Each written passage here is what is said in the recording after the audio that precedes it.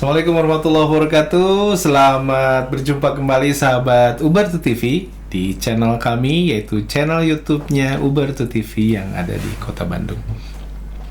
Pada kesempatan kali ini kita membahas tentang peradaban yang ada di Kota Bandung. Kita berlanjutkan lagi pembahasan dari Kang Igun yang di episode sebelumnya, yaitu tentang berarti Arca-Manik ya, kata Arca-Manik ya pada periode Purba. Kita akan lanjut ke periode selanjutnya, yaitu periode Arca-Manik klasik tua dan klasik pertengahan. Oh ya, klasik pertengahan ya. Oke, Kang Igun telah hadir di studio ini ya, di studio Gajah Perkasa Network ya. Telah hadir Kang Igun. Beliau adalah salah satu dosen universitas yang ada di Kota Bandung, swasta, dan beliau itu memang mendedikasikan dirinya untuk mempelajari, karena memang hobi jalan-jalan sebetulnya. Kebetulan jadi beliau juga penasaran dengan tidak adanya dokumen-dokumen tentang bagaimana sejarah yang ada di Kota Bandung. Kang Igun, oke, Kang Igun, pada kesempatan ini kita akan membahas tentang Arca-Manik di zaman pertengahan ya. Kemudian di zaman pertengahan, kemudian lanjutnya apa tadi itu? Jadi klasik tua sampai klasik tua dan pertengahan. Klasik tua dan pertengahan. Oke, bagaimana Kang Igun, ini lanjutan dari yang Purba tadi, yang sebelumnya ya, episode sebelumnya ya. Baik ya, jadi kita ulas sedikit ya yang episode sebelumnya, yaitu adalah kita menemukan dari artefak-artefak purba yang ada di kawasan Arca-Manik ini ternyata membentuk pola tata ruang. Iya. Ya, jadi yang menarik adalah paling bawah, topografi paling bawah adalah ada Situhiang. Atau Danau Purba ya. Kemudian yang menarik lagi adalah di ujungnya, di gunungnya gitu, di hulunya itu ada Cisituhiang juga. Nah, jadi ini merupakan satu das, daratan sungai, satu lembah ya, yang terbagi menjadi temanya adalah suatu ekologi hulu dan hilir tentang Situhiang. Ya, jadi topografi bawah itu adalah lebih tepatnya sebagai hunian purba. Kemudian itu antara 725 sampai ke sekitar 850-an, 850-an sampai ke 1000. Itu adalah zona religi purba. Nah, itu temuannya adalah orientasinya berbeda. Orientasinya itu lebih kepada air terjun, dan juga artefak-artefak ditemukan juga lah artefak-artefak yang sifatnya adalah religi seperti menhir dan punden begitu ya. Nah, sementara yang tadi topografi bawah itu hanya hunian. Nah, di religi ini lebih kompleks ininya artefaknya. Kemudian, nah, di bagian topografi di 1000 ke atas itu cenderung menjadi satu konservasi gitu ya, konservasi, dan itu ada salah satunya lah tadi. Yang terkenal adalah justru adalah Cisituhiang.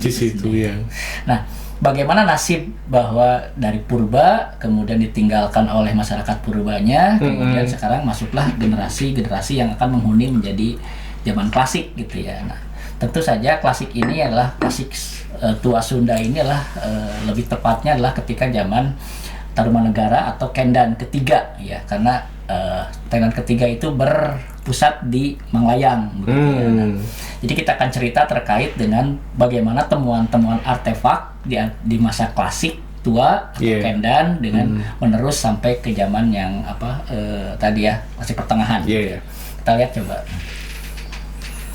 Nah, ini tempat, jadi klasik itu tempat pemujaan siwa dan leluhur ini ya kan.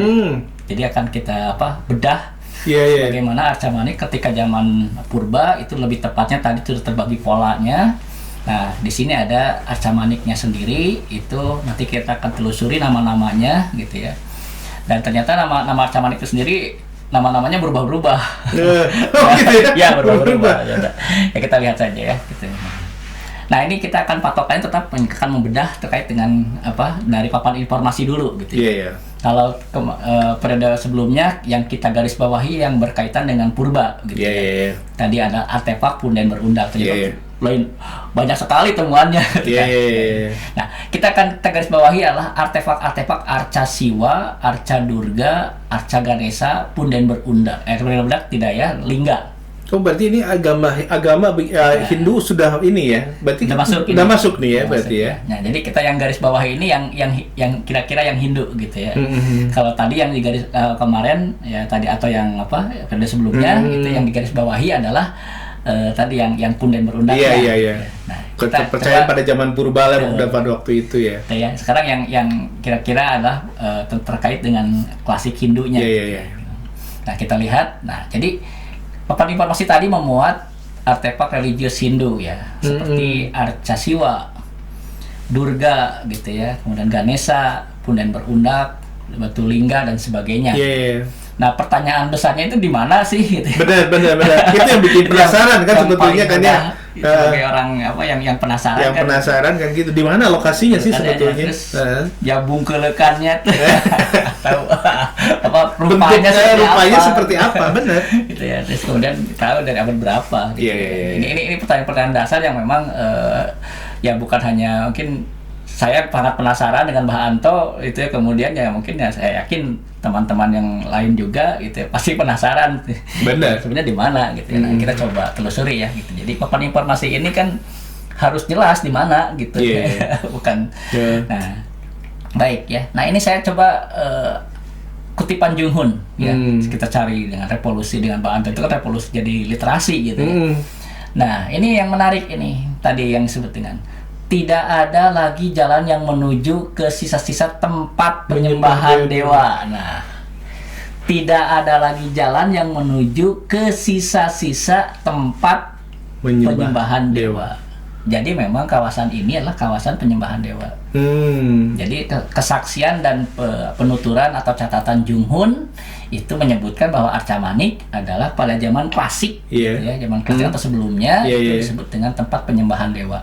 Ya, nah ini fungsinya. Kawasan harimau berumah di sini. Nah, sudah disebutkan pada periode sebelumnya saya sudah membahas banyak ketika saya datang ke sana. Jejak-jejaknya itu harimau itu masih ada ya. Gitu ya. Nah, jadi sampai sekarang saya masih menemukan tapak-tapaknya. Ya, saya cari-cari foto, kan saya moto juga. Aduh, sudah kemana itu? Tapi salah ada begitu ya. Masih ada, cuma nanti tidak sempat untuk ditayangkan gitu ya. Nah, saya sempat memoto jejak-jejak harimau tersebut masih begitu ada, ya. Nah, di tempat yang sebelumnya digunakan oleh para rahib untuk mempersembahkan kurban kepada dewa mereka. Jadi memang berbondong-bondong datang ke sini untuk menyembah, memberikan persembahan. Ya. Jadi kalau di zaman purba ternyata ada persembahan tentang kerbau ya. Kerbau ya, penyembelihan kerbau ya. Kerbau ya, itu di Culamega. Iya, Culamega. Nah, di sini tidak disebutkan persembahan apa begitu ya. Tapi yang jelas Jung Hoon adalah menyebutkan tempat yang sebelumnya digunakan oleh para rahib untuk mempersembahkan kurban kepada mereka. Ini menarik. Jadi Arca Manik ini kawasan yang religius. Betul ya. Zamannya. Pada zamannya itu ya. Nah, ini catatan Jung Hoon ya, yang ini dalam Indis Magazine ya, ininya sumbernya. Kemudian juga ini dari Isidore van Kinsbergen ya. Itu ini saya baca kutipannya. 40 tahun yang lalu wilayah pegunungan ini seluruhnya ditutupi hutan yang tidak dapat ditembus. Jadi dulu saking rapatnya ya. Dan dihuni oleh banyak harimau. Harimau lagi. Cincin gunung yang berdiri di sekitarnya menaungi tempat-tempat suci. Bukan satu, tempat-tempat suci yang dulunya menjadi tempat persembahyangan orang Sunda. Ya, ini. Jadi Arca Manik ini adalah tadi ya, menurut keterangan Jung Hoon tadi adalah tempat penyembahan dewa. Kalau menurut tadi Isidore ya, itu adalah tempat suci, tempat persembahyangan orang Sunda.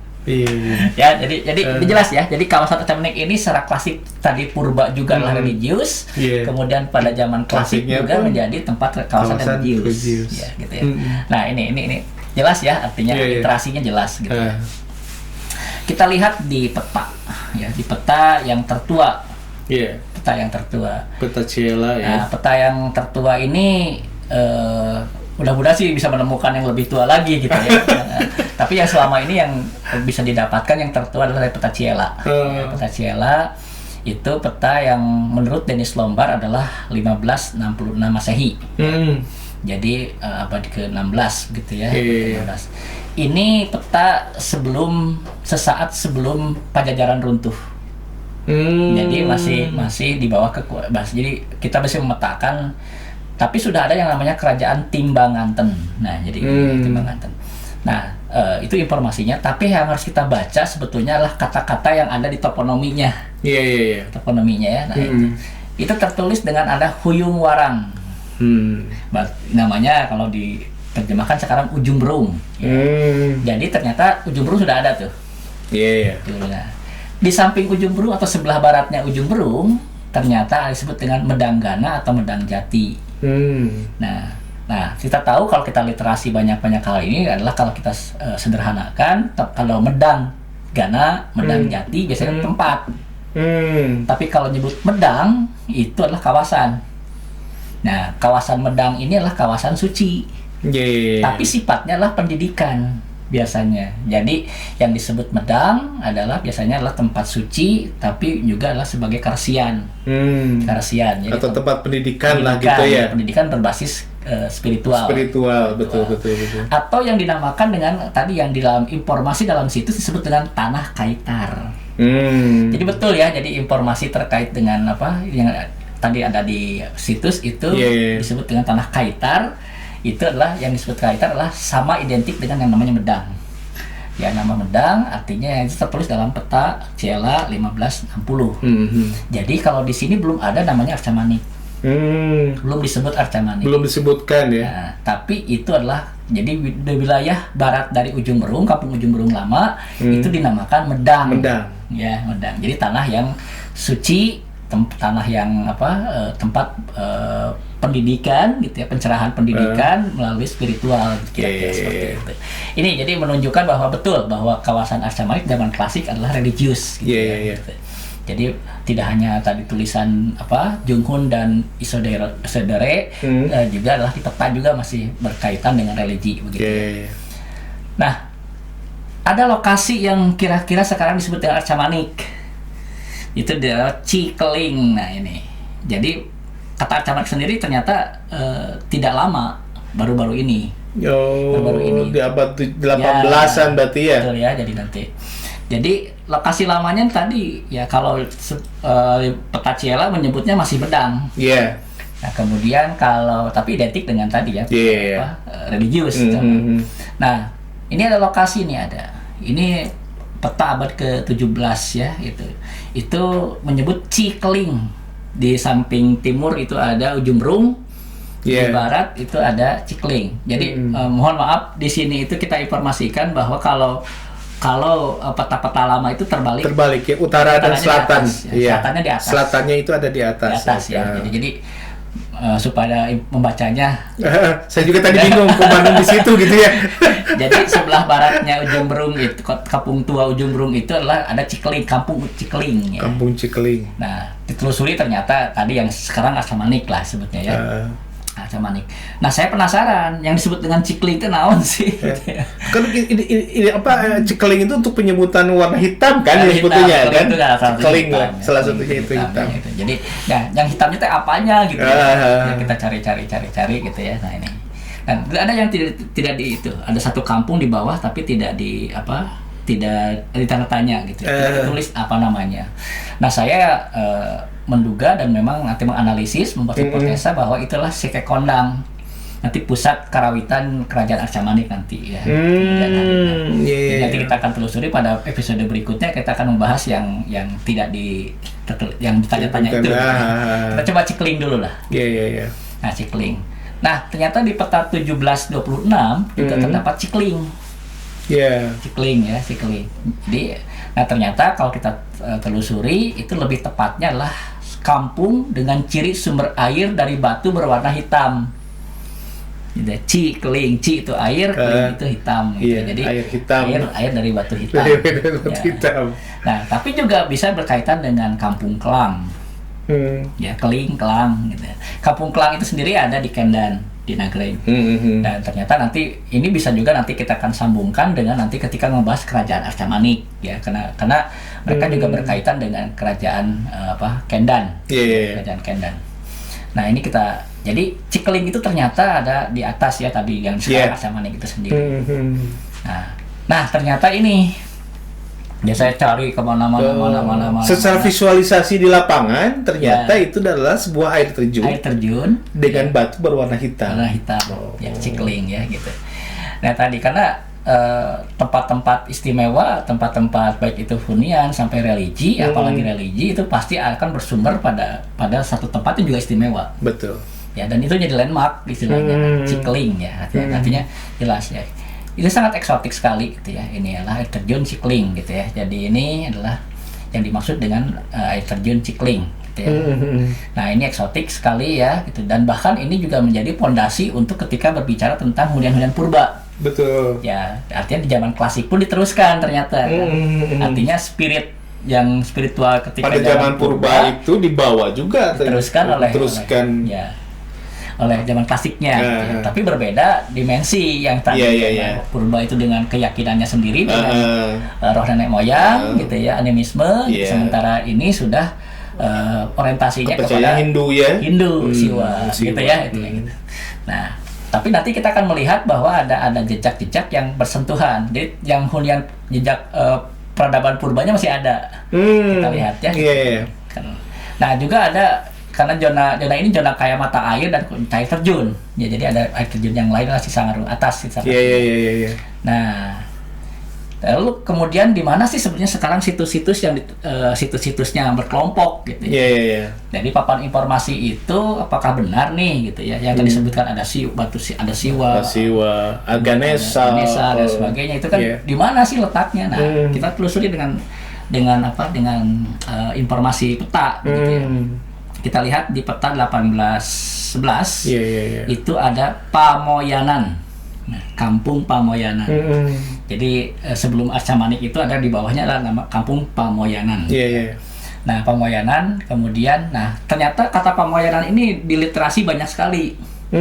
Nah, itu Peter Jones Fett 1882 itu di Pamoyanan itu ketipannya.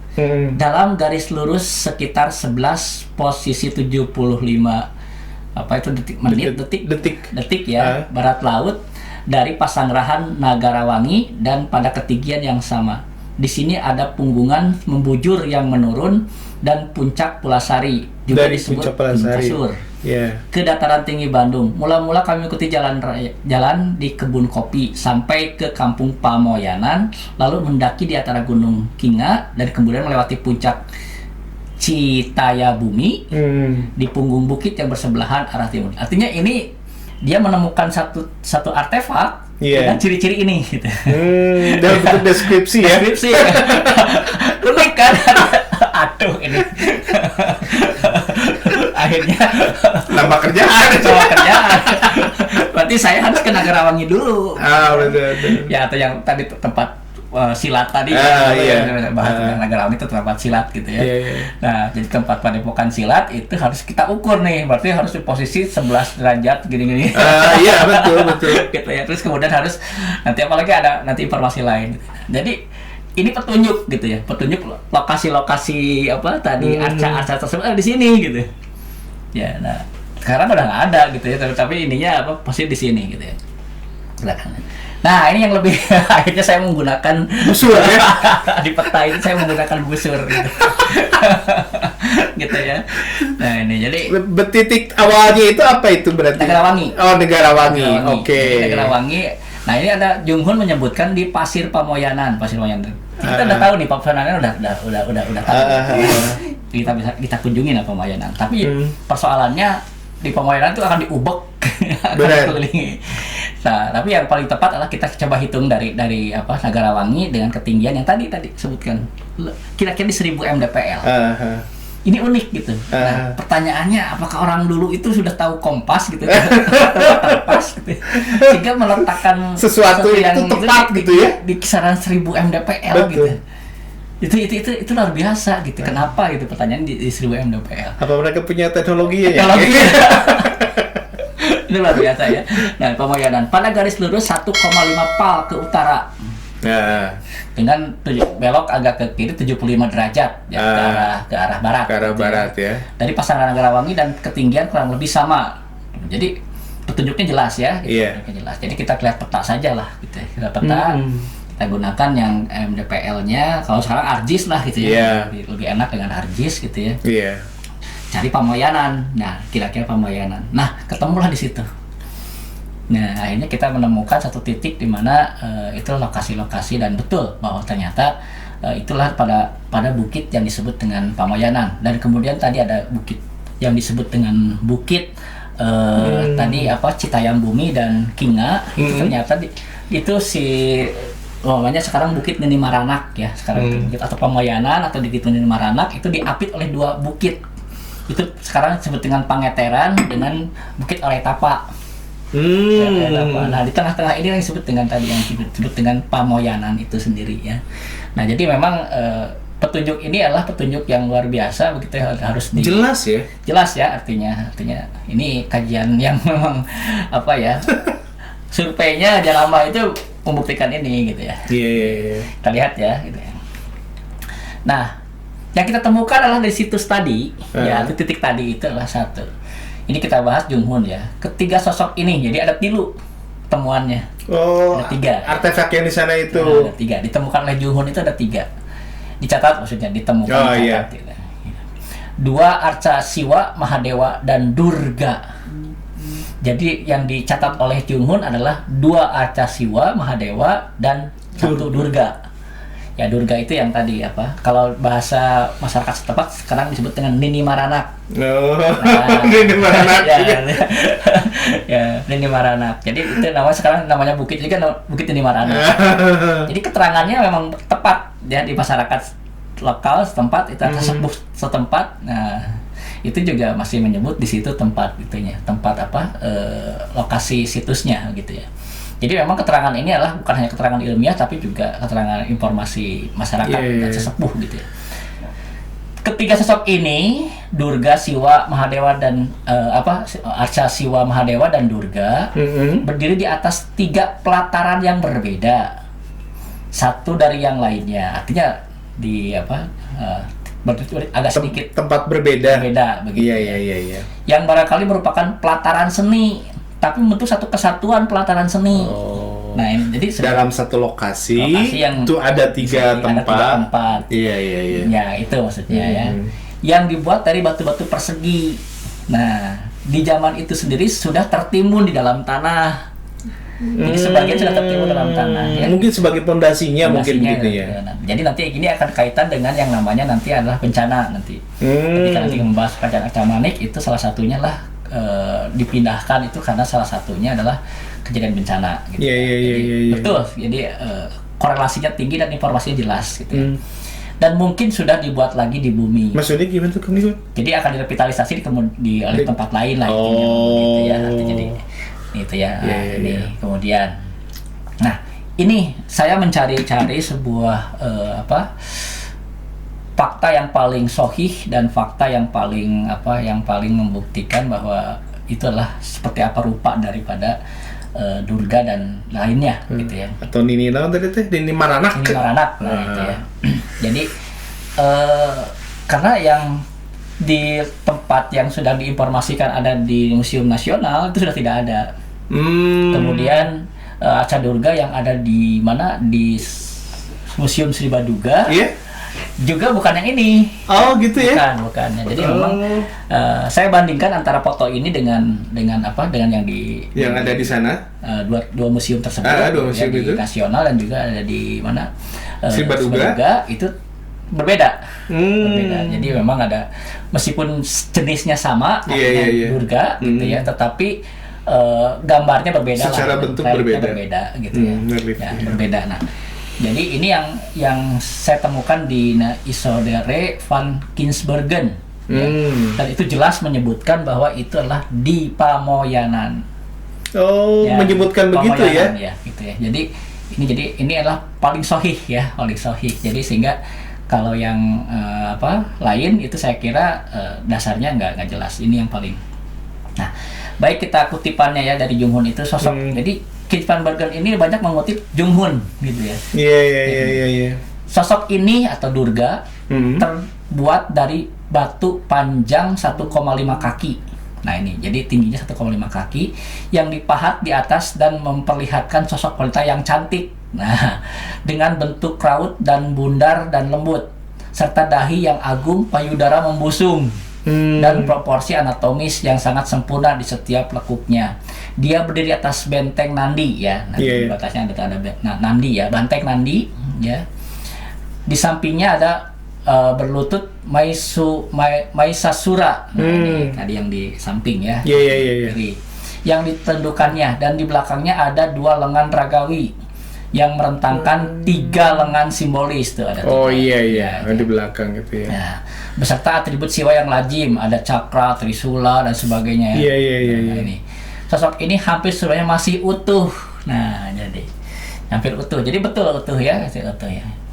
Bahkan memperlihatkan di lengannya, kakinya masih terlihat dengan jelas gitu ya. Jadi berbeda dengan yang ditemukan di Nagarawangi. Kalau di Nagarawangi itu atau yang Kampung Candi yang kemarin kita podcast, itu penggal kepalanya segala macam. Ya. Kalau ini masih utuh. Posisinya ini berarti masih ada di lapangan. Tidak ada. Oh, tidak ada. Ini sudah jadi koleksi Van Verbeek nomor 54. Sudah diambil sama dia ya. Tapi dia menyebutkan bahwa ini dari Pamoyanan. Pamoyanan ya gitu. Jelas ya, jadi Pamoyanan. Di Indonesia atau di luar? Apanya? Berarti posisinya itu? Harusnya ada di Museum Nasional. Harusnya di Museum Nasional ya gitu. Jadi jelas ya, jadi ini informasinya. Nah, kira-kira ini sekitaran ini 5 Ranak ya. Jadi kira-kira lokasi ini adalah kira-kira lokasi yang tadi yang ditunjukkan dalam peta ya, tadi. Teridentifikasi lah ya. Peta tadi ya, artinya memang di sini tempatnya. Gitu. Nah, yang kedua adalah saya tidak menemukan fotonya di literasi tentang 2 patung Siwa Mahadewa ya. Yang satu tingginya 1,5 kaki, yang satu lagi 2,5 kaki. Jadi kira-kira 80 cm dengan 80 cm ya, 80 cm-an.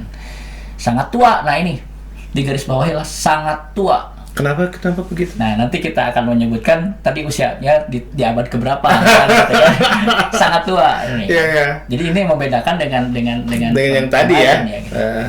Yang jadi nanti kita akan ada pertanyaan salah satu tadinya. Ini adalah peninggalan siapa ke abad keberapa lah gitu ya. Yang permukaannya sudah lapuk dan tertutup lumut, tetapi sebagai citraan Siwa sangat jelas terlihat dari perhiasan tangan, leher dan sebagainya ya. Kemudian juga penampilannya tampak bahwa kepalanya sudah mengalami sedikit perusakan ya. Nah, jadi ini koleksi Verbeek juga nomor 54. Ya, jadi Verbeek nomor 44 ini tentang temuan 2 patung Siwa dan 1 Durga dijelas di Pamoyanan ya. Jadi keterangan di Junghun, Isodore, Van Verbeek itu merujuk pada satu titik yang disebut dengan Pamoyanan. Dan titiknya tadi, tempat tadi, ini Maranak lah istilahnya. Nah, ini kemudian juga temuan altar ya. Junghun menyebutnya ada sebuah altar atau disebut dengan yoni ya, yang bentuknya hampir menyerupai kotak, tinggi dan lebar, dan sudut-sudutnya diberi hiasan bagus penonjol, dan di atasnya terdapat lubang persegi sedalam 0,5 kaki tempat air hujan tertampung. Nah, jadi kalau diilustrasikan gitu ya, kira-kira seperti itu ya. Ini altar yang ada di Jombang gitu ya. Ini foto punya Kang Igun kan? Yang yang di itu yang Jombang. Oh, yang Jombang. Nah, yang saya itu fotonya yang ini yang di bawah. Jadi sudah berupa sisa-sisanya dari bagian altarnya ya. Jadi altarnya. Jadi pecahan batu yang diduga sisa-sisa bagian dari altar di lokasi tersebut begitu ya. Jadi ini adalah biasanya yang ini disertai dengan lingga. Jadi tempat ada lingga. Tadi di dalam peta papan informasi disebutkan temuan lingga. Jadi sekarang lingganya mungkin zaman itu ada gitu ya. Nah, tapi di informasi di dalam Junghun itu tidak disebut lingga, tapi satu paket yang disebut dengan altar. Jadi altar itu adalah paket antara lingga dan yoni kira-kira. Nah, tapi yang ditulis dalam papan informasi situs itu adalah altar. Nah, maaf Kang Igun, biar yang menonton ini paham. Lingga sendiri itu seperti apa? Lingga itu adalah batu yang tegak ke atas. Di atas. Seperti menhir. Menhir ya. Kalau menhir itu zaman purba. Kalau ke zaman klasik, kalau di Hindu itu adalah lingga. Oh, lingga. Kalau punden berundak itu adalah tadi apa? Zaman purba. Kalau di zaman klasik disebut dengan yoni. Oh, yoni atau altar. Gitu ya. Yeah. Kira seperti itu. Nah, biasanya ini penetapan hunian. Hunian ya, artinya penetapan. Jadi biasanya bertanggal atau apa. Jadi penetapan ya. Jadi temukan ini. Jadi betul apa informasi yang papan informasi situs itu adalah lingga. Tapi berita lain dari Junghun itu bukan hanya lingga, tapi satu paket namanya altar. Iya. Itu maksudnya ya. Nah, jadi ini menarik. Ya. Ini yang menarik adalah lingam, ya, lingam siwa. Lingam siwa itu. Jadi ini temuan di sekitar tersebut adalah ada lingam. Jadi tempat kita masukin biasanya air ke suci gitu ya. Air tempat biasanya sudah bersembahyang. Iya. Air suci kemudian dialirkan ke sini. Dikucurkan kemudian nanti ngalir. Dituangkan gitu ya, jadi ngalir. Nah, biasanya ini tradisi ini kemudian menjadi sekarang kalau hiasan-hiasan kolam.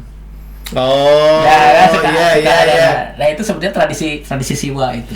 Oh, jadi, iya. Yang sekarang sering kalau lihat air mancuran gitu ya. Itu sebenarnya lingga. Bentuknya juga mirip. Memang itu. Emang begitu ya. Jadi yang sekarang jadi orang-orang taman gitu ya, buat taman, air mancurnya, ada yang seperti ini adalah sebenarnya itu tradisi dari apa siwa. Oke. Jadi tanpa disadari ternyata itu adalah masih sering digunakan gitu ya. Nah, ini ada menarik gitu ya, lingam namanya. Nah, ini ada menarik adalah artefak lain yang bukan dari kebudayaan Hindu. Artinya kesinambungan dari sejarah. Dari purba begitu ya. Oh iya. Ya. Berarti dibawa dari zaman purba tapi sudah masih ada di zaman situ. Artinya di apa tradisinya artefaknya ada di situ, kemudian juga tadi tradisinya tetap digunakan.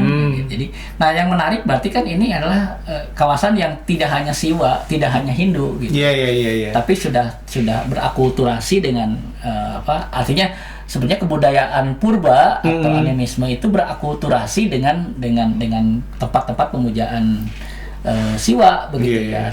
Artinya bersinambung lah. Nah, tapi jejak kesinambungannya masih ada gitu ya. Nah, disebutkan oleh Junghun adapun benda-benda sejenis. Sejenis itu adalah patung tadi. Karena kita sedang berbicara tentang arca gitu ya. Berarti kalau bahasa sederhananya ada arca-arca lain lah yang bukan dari Hindu gitu kira-kira bahasa Junghun kalau kita terjemahkan sekarang. Interpretasikan sekarang gitu ya. Sudah jelas itu. Yang tidak berarti artinya tidak menjadi bagian dari kebudayaan Hindu gitu ya. Itu yang kedua bentuknya nggak jelas, artinya tidak berbentuk tidak berbentuk bentuk sederhana lah ya. Sederhana. Tapi Junghun menyebutnya yang tidak berarti, yang tidak berseni. Ya. Ada boleh begitu gitu ya. Tapi lebih tepatnya lagi tidak berseni pada batu tulis di Bogor dan Arjo Cikopo. Artinya benda-benda yang ada mirip dengan ada yang di batu tulis yang ada di Bogor. Ya ini disebut dengan arca Purwakali ya. Gitu sebenarnya. Jadi sebenarnya adalah ternyata di sini juga ada yang kalau kita ilustrasinya seperti inilah bentuk-bentuknya ya. Jadi dan itu jelas tuh. Jadi tulis teksnya jelas, tidak berseni, artinya tidak seperti arca, tidak batu bungkul gitu ya. Ya itu Polinesia lah bahasa sederhananya, Polinesia yang kira-kira ada di mirip dengan batu tulis Bogor gitu. Gitu ya. Nah, jadi ya kalau ilustrasikan yang kayak gini. Jadi di kawasan tersebut Arca Mari ternyata bukan hanya arca, bukan hanya tadi Durga, bukan hanya Siwa, tapi juga ada arca-arca Polinesia, jalan lama begitu ya. Nah ini, bentuk akulturasi Hindu Siwa dengan kebudayaan asli Parahyangan. Jadi ya, ini kita interpretasikan atau kita terjemahkan menjadi seperti itu. Karena memang faktanya adalah di lokasi yang Hindu Siwa ternyata masih ada juga gitu ya. Dan itu kita lihat kesinambungan ya. Ya, jadi kalau diilustrasikan berarti tempat tersebut juga ada Purwakali lah istilahnya gitu ya. Ada arca Polinesia yang mirip di Bogor gitu ya. Nah, ini yang menarik adalah Junghun menulis tentang hingga batu tapak yang tiada berseni pada batu tulis di Bogor. Nah, jadi jelas gitu ya. Jadi batu tapak itu yang tadi ada tuh tapak kaki. Iya. Ya, tapak kaki. Jadi ternyata di Arca Manik sendiri ada, ya. Ada batu tapak, batu bertapak yang tidak berseni, artinya itu pada batu tulis mirip dengan batu tulis di Bogor lah kira-kira. Bukan berasal dari Hindu.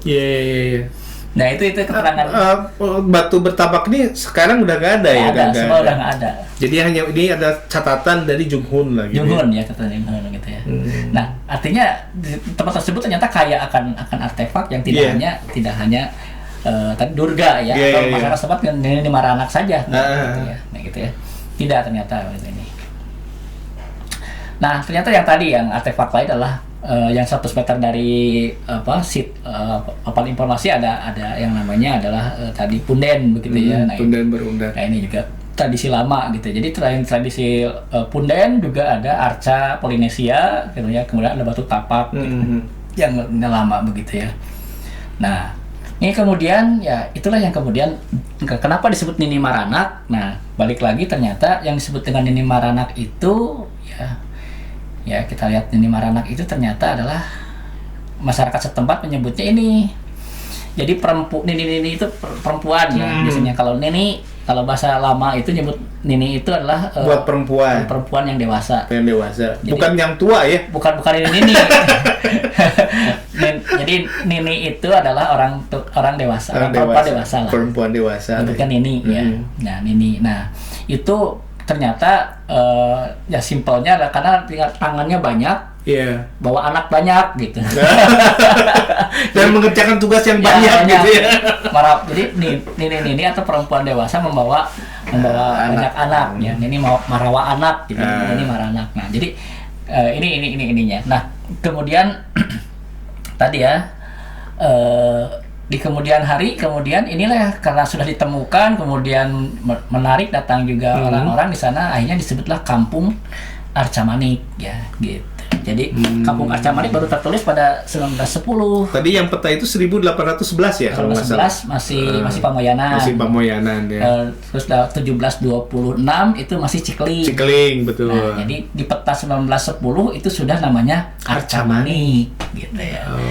Jadi Arca dengan mungkin dia dekat sebuah tempat kampung yang memang tadi ditandai dengan batu-batu hitam gitu ya. Jadi Arca Manik gitu ya. Nah, jadi memang Arca Manik istilah sekarang ya, istilah yang sekarang pun jadi disebut-sebut sebagai kecamatan lagi. Arca Manik ya gitu. Jadi tapi sebetulnya tadi nama-nama tempat sebelumnya tadi ada Cikeli, ada lain Pamoyana dan sebagainya gitu ya.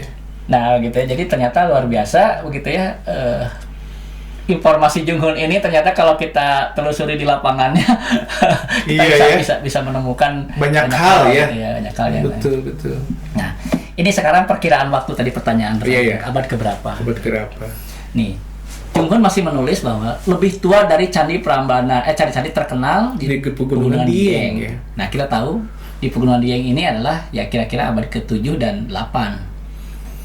Dia lebih tua dari itu. Iya.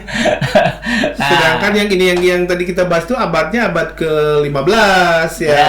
Betul, ya. Tapi Junghun sendiri menginformasikan bahwa arca-arca tersebut ya tadi itu lebih tua dari candi-candi terkenal di Pegunungan Dieng. Iya. Nah, kita tahu bahwa candi-candi di Dieng itu adalah abad ke-7 dan 8. Nah, berarti setidaknya adalah tadi abad ke-7 setidaknya, atau abad ke-5, abad ke-6, 7 gitu ya. Nah, juga lebih tua dari yang terdapat di Prambanan. Prambanan itu abad ke-9. Nah, berarti bekas kerajaan siapa ini? Gitu, peninggalan kerajaan apa? Abad ke-6 dan ke-7 itu adalah kerajaan Kendan. Ya, periode Raja Resi Kandiawan. Nah, Raja Resi Kandiawan itu kan berpusat itu di Manglayang, gitu ya, di Karsian itu yang disebut dengan Sanhyang Matang Ageng, atau tadi disebut dengan Medanggana tadi, Medanggana atau Medang Jati, atau sekarang jadi Punden Berudak Cipulus gitu ya, atau Bukit Pada Imut gitu ya. Nah itu pusat Karsiannya. Nah kawasan Medangnya itu adalah dekat dengan betul-betul merupakan satu hamparan dengan Karsian ini. Maka sangat wajar ya ketika itu adalah punya kaitan erat dengan yang disebut dengan periode Raja Resi Kandiawan abad ke-7 dari kerajaan Kendan gitu ya. Jadi peninggalan-peninggalan ini gitu ya. Informasi jelas kuat bahwa Junghun menyebutkan bahwa ini lebih tua dari candi-candi terkenal di Pegunungan Dieng abad ke-7 8 juga lebih tua dari Prambanan abad ke-9. Sayangnya ini kita sudah tidak bisa menelusuri di mana. Tapi untung ada jejak-jejak informasi yang masih kita bisa. Betul. Tapi kalau misalnya saya lihat di sini kan lebih tua dari abad ke-7 ya. Berarti kan itu sudah berapa abad gitu kan. Betul. Jangan dengan yang sekarang. Jadi wajar aja kalau memang sudah hancur lah seperti itu ya. Nah, ya itu kan sudah diambil oleh Belanda, atau dan sebagainya. Ya mungkin seperti itulah. Ya. Tidak tahu juga ya. Ya betul. Nah, jadi memang sudah terjawab bahwa Arca Manik ini pada zaman klasik ternyata adalah salah satu yang disebut dengan tempat pemujaan Siwa, dan tadi meneruskan juga tradisi lamanya, yaitu tradisi-tradisi tentang religius dari purba itu sendiri. Berupa tadi ada Purwakali, kemudian tadi Punden dan sebagainya, atau Arca Polinesia lah sebutnya gitu ya. Jadi memang ini tempat yang religius dari sejak dulu gitu ya. Jadi teman-teman yang ada di Kota Bandung yang ada di Arca Manik ya harus wajib tahu nih. Yang tinggal di Aceh harus wajib tahu. Dan kebanyakan orang nggak tahu tentang hal ini kan.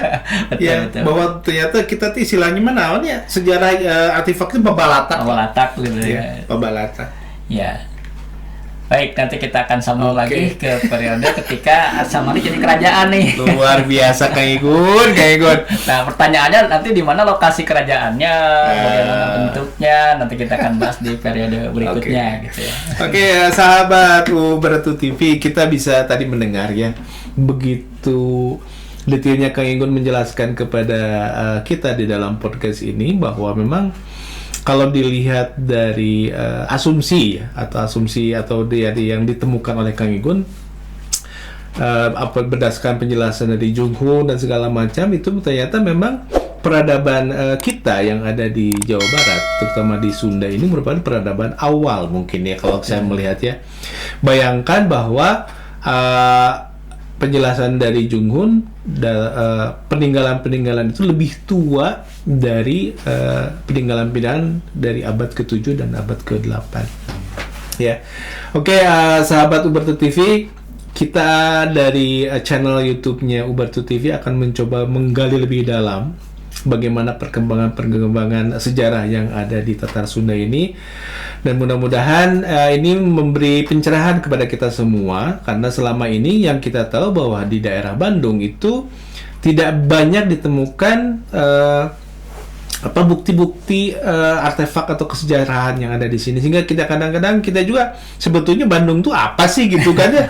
Seperti itu kok sampai sekarang misalkan ada pertanyaan di mana sih kerajaannya yang ada di Tatar Sunda dan segala macamnya, mungkin juga jadi kebingungan bagi kita generasi-generasi yang ada di abad ke-20 ini. Oke, mudah-mudahan di episode selanjutnya kita akan mencoba membahas tentang apa tadi Kang Igun? Ya, Arca Manik dalam periode jadi kerajaan. Oke. Ya, kalau jadi kita tadi membahas dari masa purba, kemudian klasik, ya, kemudian kita akan lanjutkan lagi di kerajaan. Oke, terima kasih sahabat Ubertu TV. Jangan lupa untuk like, komen, subscribe, dan share dari video-video yang kami tayangkan. Assalamualaikum warahmatullahi wabarakatuh. Oke, terima kasih. Kesmiti wajah jadi pusat motek